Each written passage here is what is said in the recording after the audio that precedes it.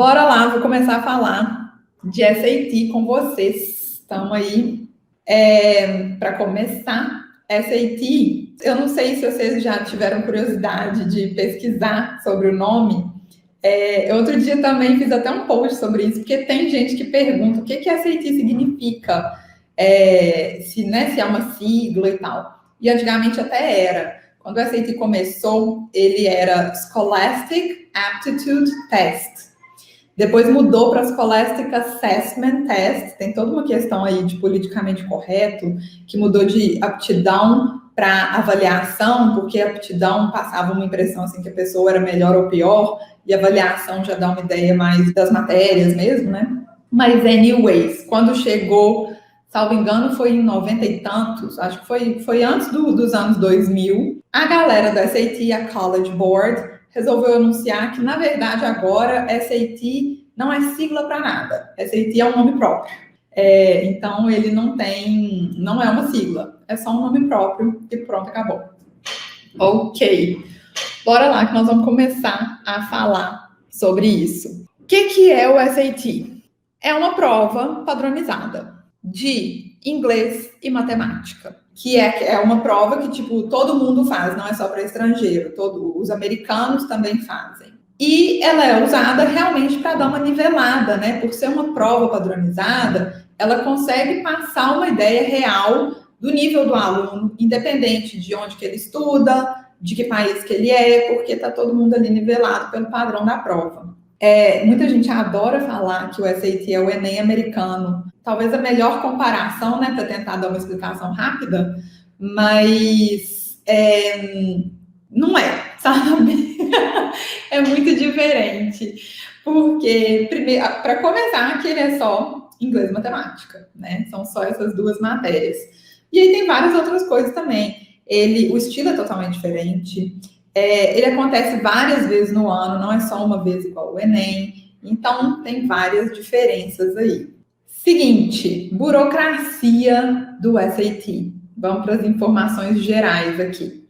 As sessões. Basicamente, são 4 sessões, mas ela divide em 2 partes, que é inglês e matemática. Daqui a pouco eu vou conversar especificamente sobre cada sessão, porque o inglês tem 2 partes, que é reading e writing, e a matemática tem 2 partes, que é com e sem calculadora. Nós vamos falar sobre isso. A pontuação. Cada sessão, então, cada metade da prova, a parte de inglês e a parte de matemática, vale 800 pontos. A sua pontuação, ela pode ir de 200 a 800 em cada metade da prova. Não existe zero, tá? Por causa da tabela de conversão que eles usam, não tem como tirar zero. A nota mais baixa que você pode tirar é 200 em cada sessão, que vai dar 400 no total, né? O SAT todo vale 1.600.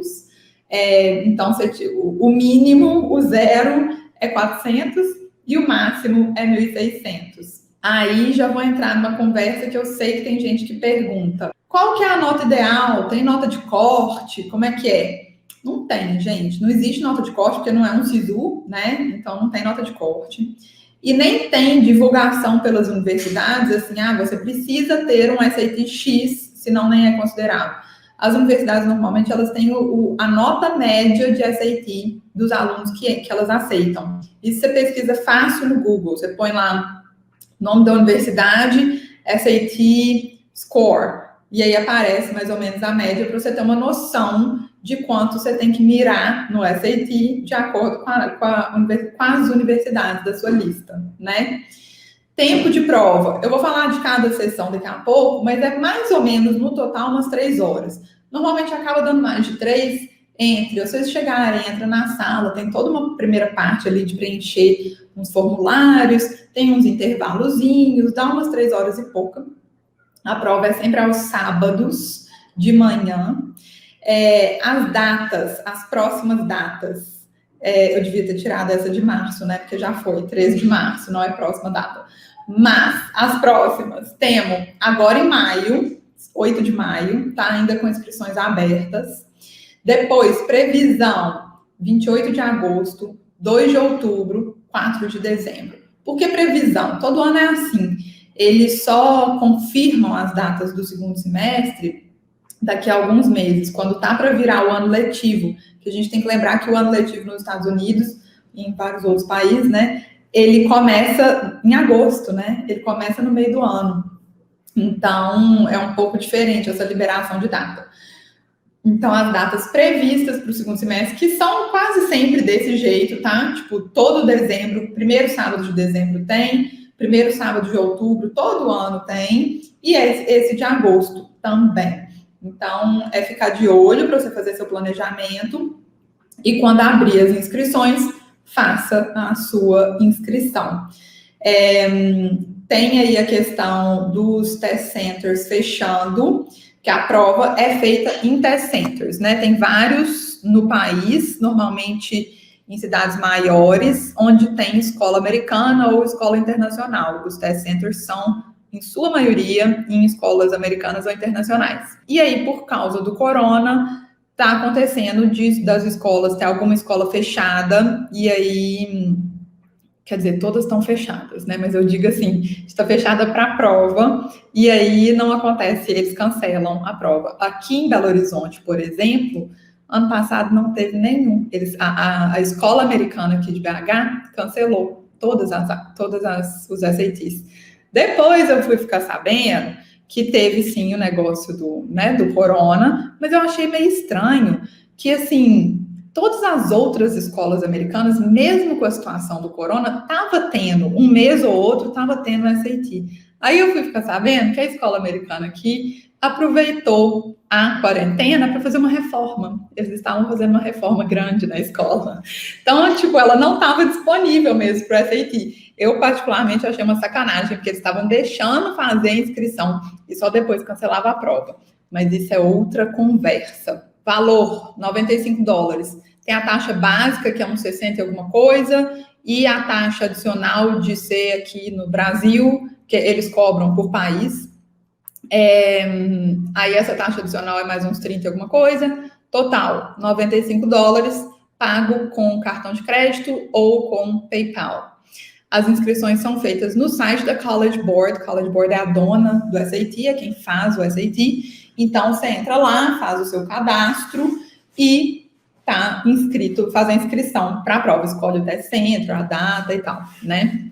Gente, eu aqui tô falando do SAT normal, tá? É o SAT básico, aquele que todo mundo faz, o normal, inglês e matemática.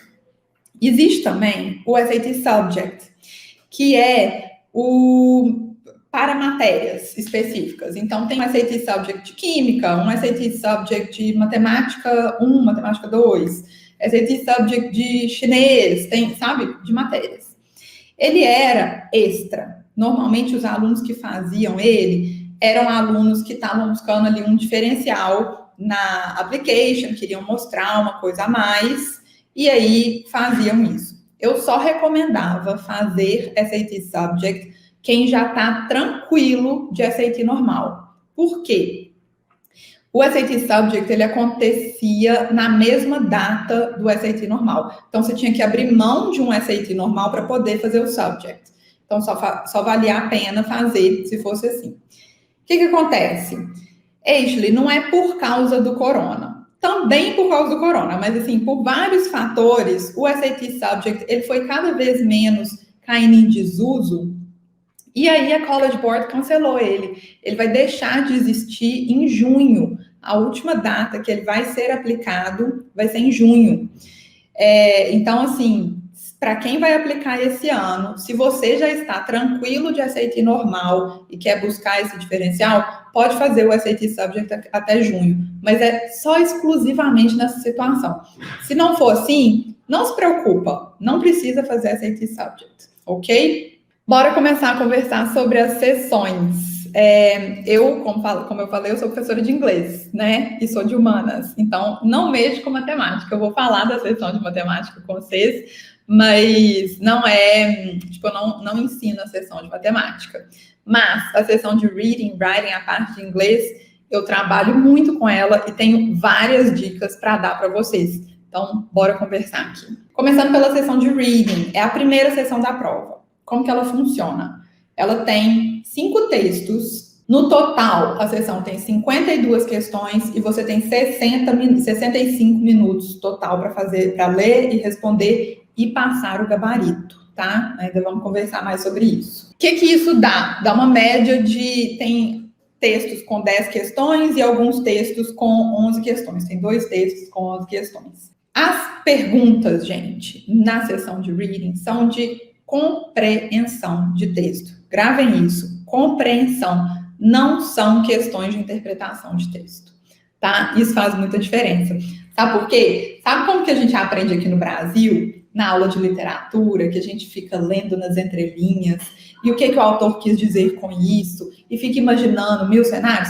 Esquece. Não existe isso na SAT. Se você começar a viajar, que eu chamo de overthinking, você começar a ver coisa ali, pensar demais, você vai escolher a opção errada. As questões todas são para você, e assim, você consegue grifar a justificativa no texto. Para todas as questões, se eu te falar assim, justifique sua resposta, você consegue voltar lá e me dar uma linha do texto que está falando a sua resposta, sabe?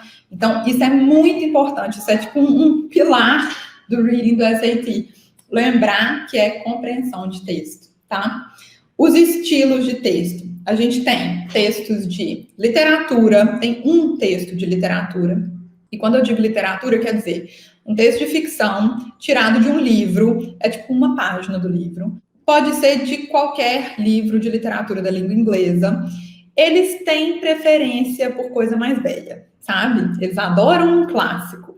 Então, direto aparece uma Jane Austen, ou outro dia eu li um da Virginia Woolf. Então, assim, eles gostam de clássicos, mas não quer dizer que vai ser de algum livro clássico. Eu já vi também de coisa mais contemporânea, tipo livro escrito em 2000 e pouco e tal.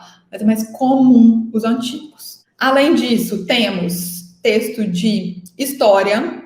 O texto de história, gente, eles chamam de, tipo, document e world history. Tem um nome legal, assim, que eu esqueci, mas basicamente são textos de história ou históricos, porque às vezes ele é realmente um documento histórico, sabe? Tipo um discurso do Lincoln, um debate entre um político e outro americano e tal. Pode ser história americana ou história mundial, mas normalmente é história americana. Ciências, qualquer texto na área de ciências, tá? E ciências sociais, que são textos tipo na área meio de psicologia, de estudos sociais mesmo. Esses são os 4 estilos. Agora, dentro dos 5 textos que vocês têm que fazer na prova, eu sempre gosto de avisar que desses 5, um vai ser 2. Eu sei que essa matemática é meio estranha, mas deixa eu explicar. Um desses 5 textos vai ser o que eles chamam de paired passages, gente. São textos em dupla. Então, um desses 5 textos vai, na verdade, ser 2 textos relacionados e perguntas relacionando os dois. Vai ter perguntas sobre um, sobre o outro e sobre os dois misturados, sabe? Mas tá, falei dos estilos, falei dos textos. Agora eu quero dar a dica mais importante para a sessão de reading. Clara, tem que ler o texto antes ou eu posso ir direto para as perguntas? Tem que ler o texto antes. Não economiza tempo pular o texto.